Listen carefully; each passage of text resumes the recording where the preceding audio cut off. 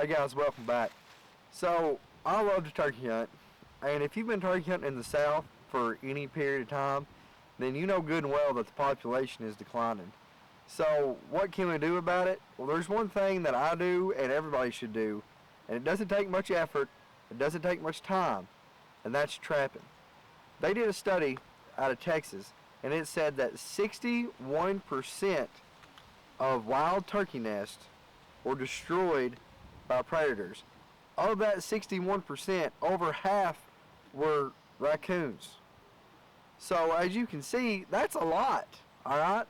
And some scientists say that trapping predators it's like a short-term approach to increasing the turkey numbers, and that habitat improvement is the best way to do it. And I kind of agree to that.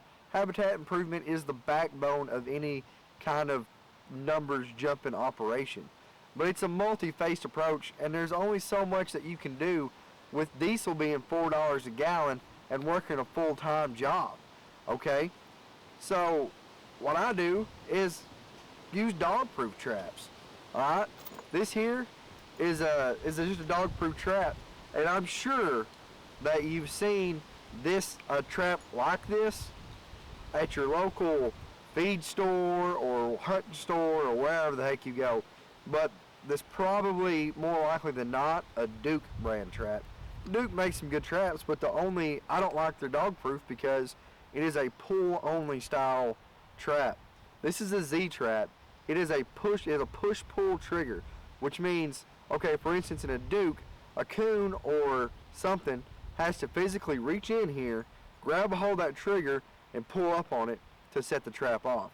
Skunks, the reason why you don't catch a lot of skunks in a dog-proof trap is because they don't like to pull up on it. Now, skunks kill just as many turkey eggs as a possum. Everyone talking about killing possums, but anyway, I'm getting off on a tangent. So the push-pull trigger is where it's at in my opinion. Now, just to be forewarned, this trap right here, the way it's set up, it will catch a house cat. Not very common, but the way a Duke is set up with a pull-only trigger, it is pretty much cat-proof. But with a push-pull, you might catch a house cat. But to combat that, you just use a bait that cats they're not attracted to. Personally, I use floating fish food with a little bit of shellfish oil. It's cheap, $22 for a 50-pound bag. I take it, I put it in an old coffee can, shake it up with that shellfish oil, and I fill this up just above the trigger. Works every time. So let's just do some numbers real quick. Let's say you save, by doing your nest predator trapping, you save 10 turkey eggs from getting eaten. Those 10 turkey eggs make it to adulthood. And just for number's sake, let's say that half of them are jakes. That is potentially 5 more hard gobbling 2-year-olds that are easy to kill and fun to kill that you have running around your farm. Who's going to argue with that? Offer a little bit of low impact trapping. These things are super easy to set too. Look, it's just a Z trap. You take it, you can see like that. You depress the spring, pull that in there. You put this little deal there, like that, like that. It's set. You put it in the ground, coon comes by, pushes it, pulls it, sets it off. This will save you some turkeys. And while you're at it, you're already out there, you're already on the farm, you're already trapping. Throw a couple coyote sets in here. I'm going to leave a link to a video of the number of the coyote sets that I use and the cat sets that I use that put fur on the wall for me. But you know what? Enough of this talking crap. Let's go set some traps.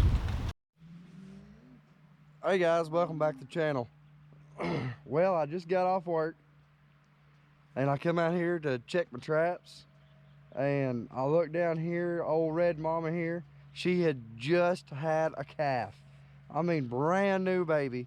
This is the reason why we're out here setting these traps, taking these predators out here, because the farmer is going to be excited to see got a brand new calf on the ground, and we're doing our part, taking the predators out to make sure that this little calf here gets to go to the sale barn here in a couple months, and I'm telling you, it's just we just missed it. That's this crazy part about it. Here, I'll show you. Looky right there. I mean, just had it. She's pretty. Oh, look at her. She's a good mama. Well, I hadn't checked it. I mean, it's still wet. It's up. It's doing good. Got a little bit of ear on him. That is a good looking calf right there, buddy. Anyway, let's go check the line, and I'll see you on down the line.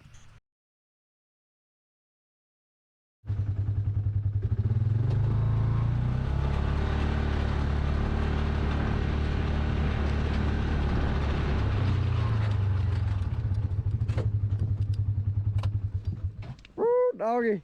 Looky here, boys. Looky here. I knew that eventually this set would catch. We got us a good looking little goat. It's a young dog, but it's all right. We just had a calf born down there, and I'm telling you what, buddy, I bet the farmer is gonna be ecstatic about this one. I'm gonna take care of him. This was caught on a flat set on this little stump right here, and buddy, it worked. I knew it would. Anyway, right, so here's the remake. This whole area smells like her. It's a female coyote. She peed and pooped everywhere. Tore up on the back side of this stump. I just drove me a hole right there. My trap shot here, put some of my bait in there. And yeah, that was a little female. It's middle of January, so we're getting into breeding season, so I bet we're gonna catch another in here. I'm excited. Anyway, all right, we got more traps checked. All right, guys, we're at our first location where we're gonna set one of these dog-proof traps. It's a creek runs through here, and a cow trail crosses it. There's several coon tracks up and down this little sandy bank. I just kind of made a little subtle guidance for these coons to come right in here to my trap. Show you how simple it is, guys. All the equipment I'm using is my trap. I got some trapping wire, a pair of pliers, and my bait. When you put these dog proofs out, you're gonna want to put them right in. You want that coon nose to run right into it. What we're gonna do is we're just gonna double up our trapping wire here, like so.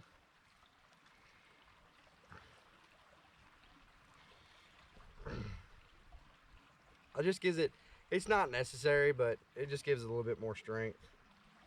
This wire's plenty stout enough by itself, but I like to double it up.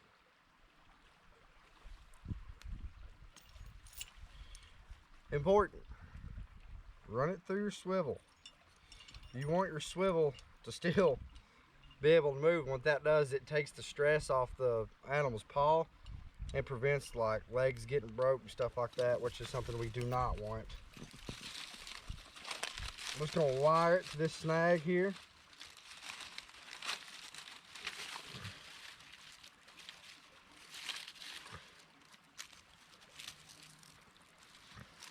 Got my dog proof. Set it.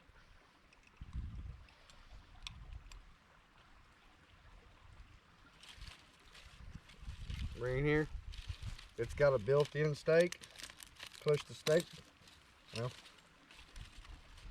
I set it off on accident.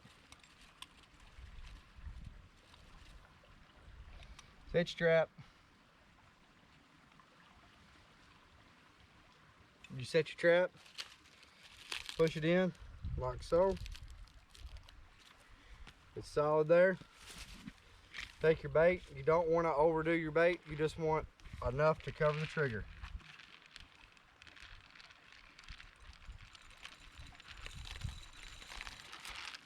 Right there. All right. Put your lid back on, and we're off to the next one, guys. It was less than a minute, and if I wasn't filming, it would have been a lot quicker than that. But let's move on to the next one, okay? All right, guys, this is the second location.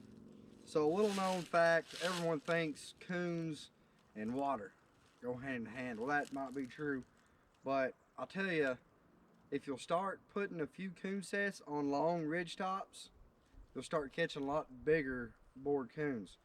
Here I am on top of a big long ridge. It's mature timber behind me. I'm sure there's some den trees. There's 4 or 5 deer feeders in this area. I don't know if they're full or not, but the coons know this area and they're gonna be traveling through here. And I'm already moving through here anyway. I'm running my coyote line right now. I'm already going through here. I don't want to put a coyote set or cat set here because it doesn't seem like too of a high probability area, but I promise you we'll probably end up catching a coon here. So I'm gonna get my Z-trap out, make a set. Y'all already saw me make a set. There's nothing special about that. I'm just sharing the location. We're gonna catch some big boar coons here, and the coons ain't worth nothing right now, but when they are, that's what's gonna make you money. I remember I used to sell them for $14, $18. Anyway, we're out here, we're trapping, we're in the outdoors, we're enjoying ourselves, and we're boosting our turkey numbers. Hey guys, all right, so quick tip. All right, we're out here today on this farm and we're setting coon line intermingled with our coyote and cat line. A lot of people don't know it, but old barns and big coons go together like peas and carrots.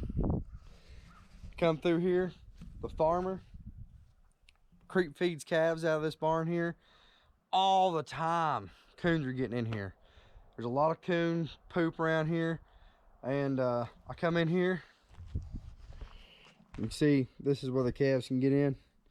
If you look right here, it's kind of wore down to the dirt, and that's where over the years coons have been going in between there. And remember I said you want them, their nose to hit that dog-proof trap, and right here it is. And this is a good set, and it won't be long till we'll have a big old Ricky hanging off one of these Z traps. But we got some more traps to set along this creek and up on top of a ridge. So we're losing daylight, so let's get at it. Okay, so I'm here.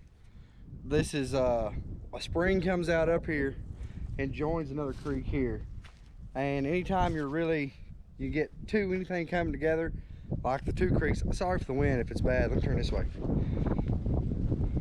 I don't know if that's any better. Anyway, so anytime you have two creeks coming together, it almost creates like a intersection with coons. They're gonna be traveling these creeks. So I come up here and you can tell you get the creek here, the other creek runs out there. There's really nowhere to fasten off this dog proof right here close where I want it to be. Get this road here, I want it next to this road. So a little trick I learned that you can do is, I just call it the Hansel and Gretel trick, but so I got my dog proof right there. I'm sure you can see it. And what I did was I just took some my fish food and just threw a little bit of a breadcrumb trail over here to the creek.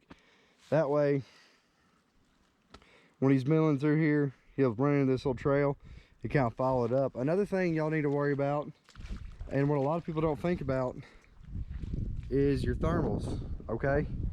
So your thermals are gonna go downhill in the evening, uphill in the morning. So for the majority of the night, the temperature is cooling, which means the thermals are going downhill. Also, your thermals will follow the current of creek or whatever, river, whatever. This dog food or floating fish food with shellfish oil has a distinct smell, and it'll carry on these thermals, and any coon that's running this creek downstream from here is going to hit it and follow it up. So remember your thermals. Always remember your thermals, whether that's deer hunting or trapping. They always come into play. But let's go on across the road, on top of the holler, on top of the hill, and see what's up. Hey guys, another where's my hat there? Another old barn, another set. There's no cattle on this part of the farm right now, but there usually is sometimes. Old barn, dog proof, guys. I'm telling you, always put a coon set on an old barn every time, no matter what. no matter what. Okay? Okay. All right. Dog proof. And this is a pretty unique area here. We got the creek running through here. And if you look behind me, check that out. Any coon that's coming from that side of the road is gonna come through this tunnel and come right up there and get in that dog proof. Now you're probably wondering, oh, Dwight, why didn't you put the set over here or something like that? Well, let me tell you why. Because it's gonna rain here pretty soon. I think it's supposed to rain Wednesday, which is tomorrow. And this whole tunnel fills up with water and it'll flood out through here. It takes a pretty good rain to get up in here. I've lived here my whole life. I know the levels of this creek, but it takes pretty good rain to get up in here. So I think I'll be all right.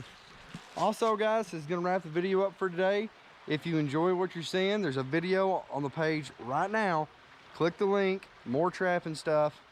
I've got another video coming up next week about the #1 predator of turkey nest, and it's not what you think. Take a kid hunting, take a kid trapping, and we'll see you later.